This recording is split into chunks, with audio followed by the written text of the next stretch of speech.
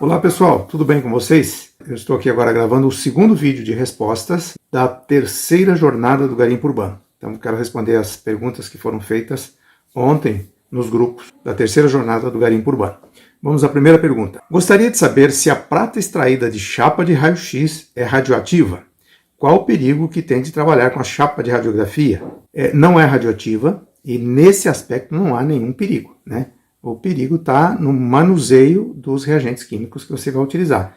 Pode ser o hidróxido de sódio, que é a soda, ou o hipoclorito de sódio, que é chamado de cloro, para fazer a lavagem das radiografias. E também depois o ácido nítrico, se você pretender fazer um refino dessa prata, você vai precisar do ácido nítrico. Enfim, os cuidados que você tem que ter é com relação a esses reagentes químicos, tá bom? Mas a prata, a radiografia não tem nenhuma radioatividade. Como saber qual bateria contém prata? Existe uma tabela grande, né, de quais baterias contém prata. Porém, em resumo, eu posso adiantar que são basicamente as baterias de 1,5 volt, tá, aquelas pequenas, que o número delas ali seria número de modelo.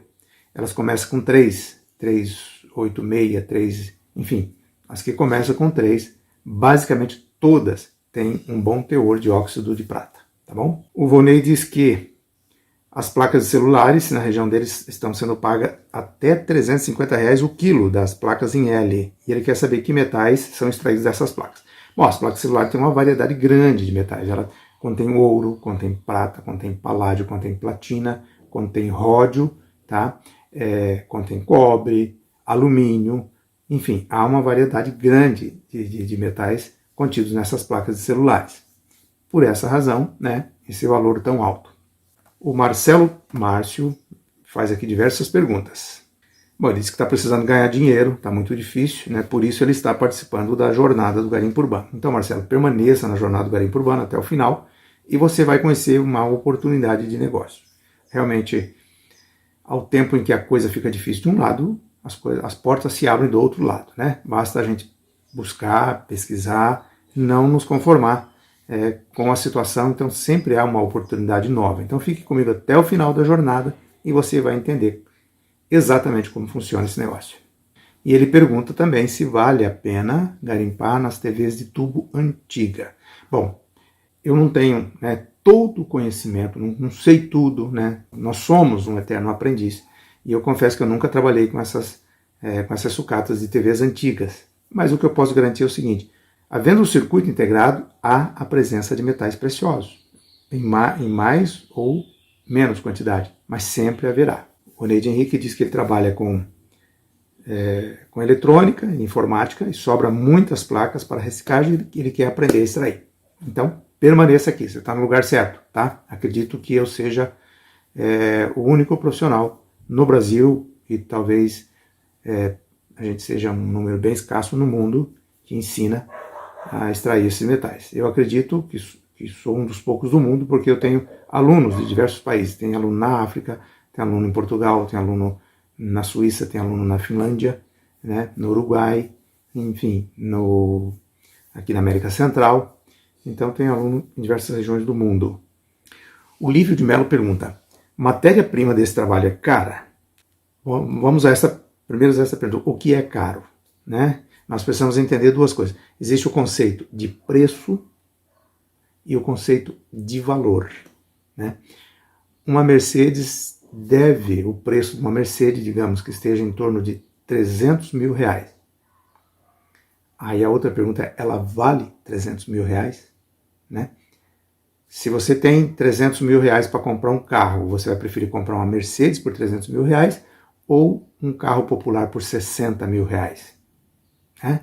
Então existe aquela questão da relação custo-benefício. Então a pergunta dele é: matéria-prima desse trabalho é caro? Eu não posso dizer que é caro, porque se eu não comprar essa matéria-prima eu não ganho meu dinheiro, né? E se eu tivesse que tirar dinheiro, digamos, investir R$100 em matéria-prima, processar e no final de tudo eu pegar na minha mão R$90, aí é caro. Mas se eu invisto R$100 e no final de tudo eu tenho nas minhas mãos 300, eu não posso dizer que a matéria-prima é cara. Tá bom? Então nós precisamos entender bem isso, distinguir preço e valor. E quando ele me pergunta matéria-prima, eu não sei se ele está se referindo aos produtos químicos ou se ele está se referindo às sucatas, né? Sucatas eletrônicas, radiografias, baterias de relógio, resíduos de oficinas de joia. Então não sei exatamente a que matéria-prima ele está se referindo. E ele pergunta se derreter as sucatas de alumínio, fizer barras de 1 kg ou mais, será que na hora da venda o valor pago pelo quilo seria de maior valor, já que está em barras? Não, eu não recomendo isso, porque no momento que você fizer essa fusão, você transforma em barras, ele deixa de ser uma sucata e passa a ser um produto industrializado. Aí vai inserir IPI, Imposto sobre Produto Industrializado. Possivelmente não vai compensar para você vender. Compensaria se você fizesse a barra e depois produzisse alguma peça em fundição ou em conformação mecânica ou no torno, né? Aí sim, tudo bem, aí compensaria. Aí você teria de fato um produto final, um produto industrializado que compensa então esse novo imposto, tá? O William da Silva diz: precisava saber mais sobre os métodos de separação dos catalisadores automotivos e que riscos envolvidos e quais os riscos envolvidos no processo.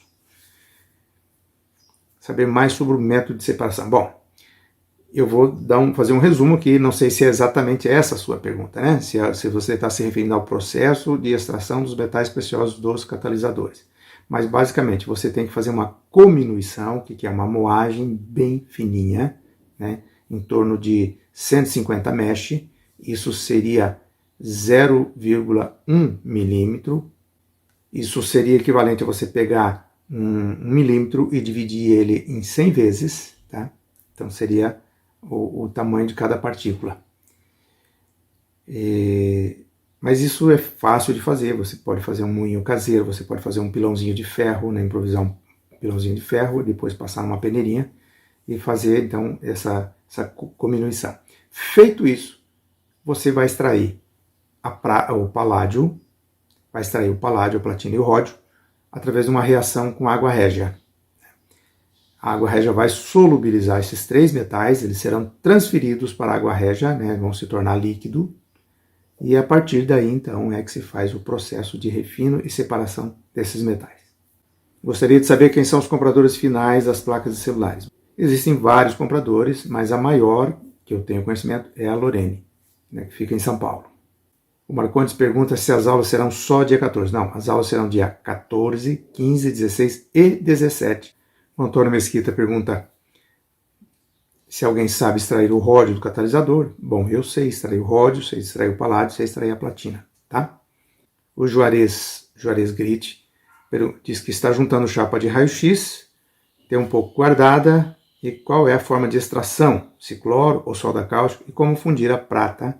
A extração é uma dessas duas maneiras que você falou, ou uma solução de soda cáustica, ou com a solução de hipoclorito de sódio. Isso vai depender muito da maneira que você vai se adaptar. Tem gente que prefere de uma maneira, outro prefere de outra maneira. E como fundir a prata? É simples, você feito essa extração, né, você vai filtrar, porque a prata ela decanta, né, em forma de um lodo escuro. Você pega esse lodo, lava bem, e você pode colocar no cadinho, cobrir com bórax e fazer a fusão desse material. O Marcos Lopes pergunta se o curso serve para quem é leigo. Sim, o curso foi formatado para o leigo, tanto é que nós não evitamos o emprego de termos técnicos, né, de equações químicas, que não vai acrescentar muita coisa, né?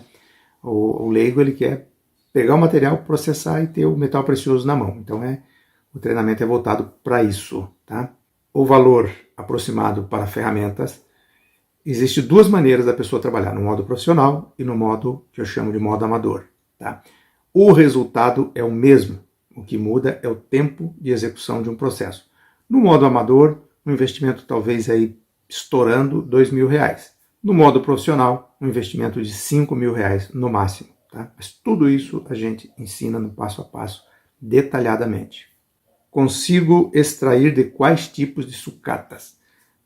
Onde houver metal precioso, você vai aprender a extrair ouro, prata, paládio, platina e ródio. Seja sucata eletrônica, seja resíduo de oficinas de joias, baterias de relógios, radiografias.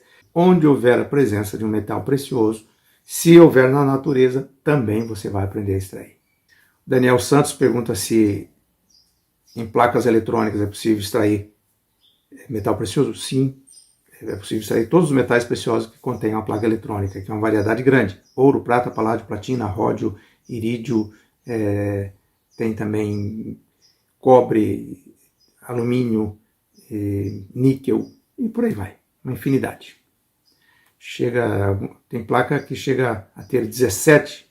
Pessoal, está aqui a resposta, né, das últimas perguntas que foram deixadas no grupo. Então está aqui o segundo vídeo da terceira jornada do garimpo urbano.